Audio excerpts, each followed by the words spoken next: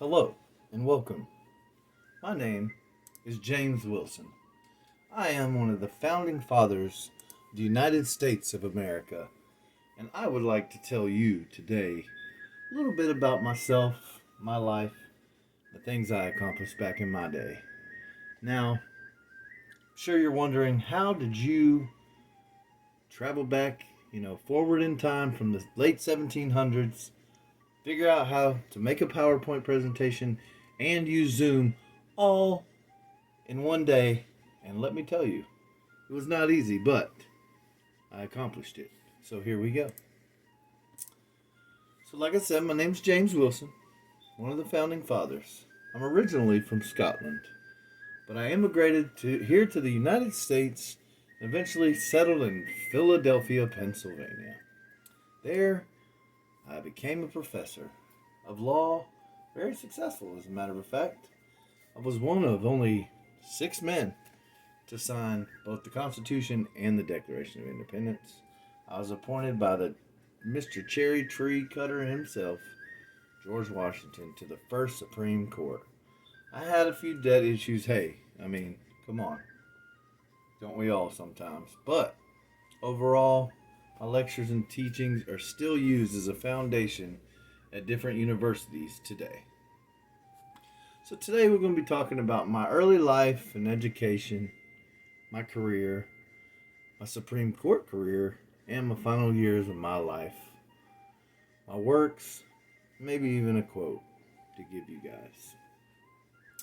So first, just speaking on my early life and education. When I was a wee young laddie, I was born in Cascurdo, Scotland, where I lived a great, plentiful life. I attended a few universities, yes, 3 to be exact. Just never could find the right one to fit into and never could finish for some certain reason. I even learned some common sense philosophy from Thomas Reid, but I just could not find what made me truly happy. So, what did I do? I got on a boat. I immigrated to America. 1765, left home, sailed to the United States for a better life and a new start. I brought part of the Scottish Enlightenment with me to America. And then I got here, went back to law school. November 1767, I was admitted to the bar in the United States. Man, what a great day. So, thus began my career, which in 1768, I started practicing law in Reading, Pennsylvania. And I was a central figure in the ratifying convention in Pennsylvania.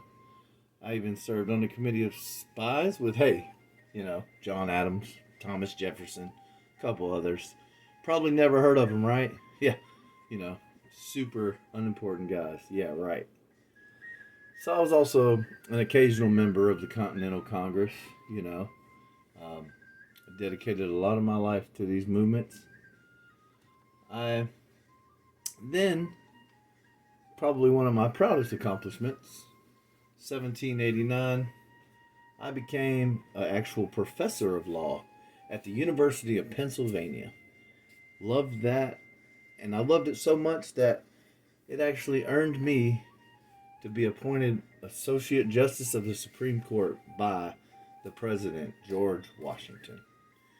I became a professor there, and, in 1790, and I loved it.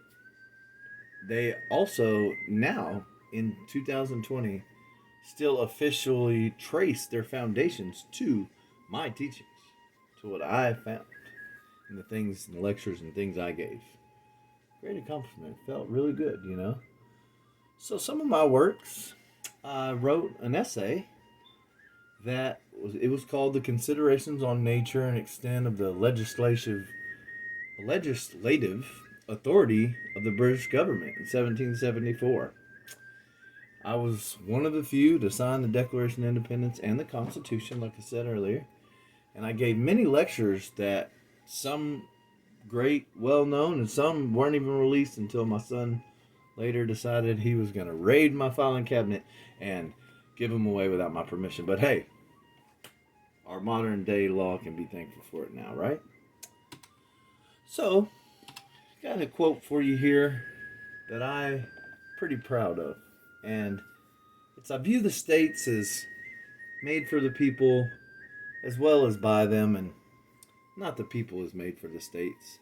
I've always been a firm believer, you know, that the states should not have the power, the people should have the power.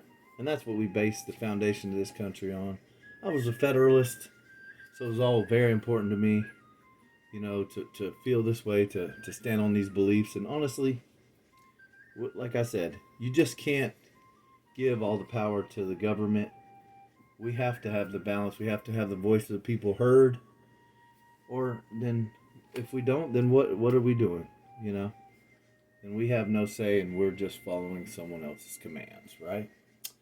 So, here's some of my works cited from my assignment here and my life that I told you about. And like I said, I just magically learned what websites and links and Zoom and the World Wide Web are all in one day, and put it all together, brought it here to you guys, and presented it to you.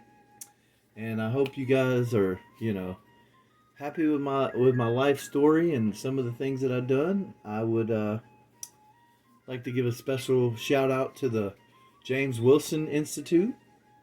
They really have held on to a lot of my works, and they've put them into different to different categories and different published works and things like that. And Who is James Wilson is a great book they wrote about me, and I couldn't be happier about it. So thank you for taking time out of your day for listening to my story. And hey, America, have a great day.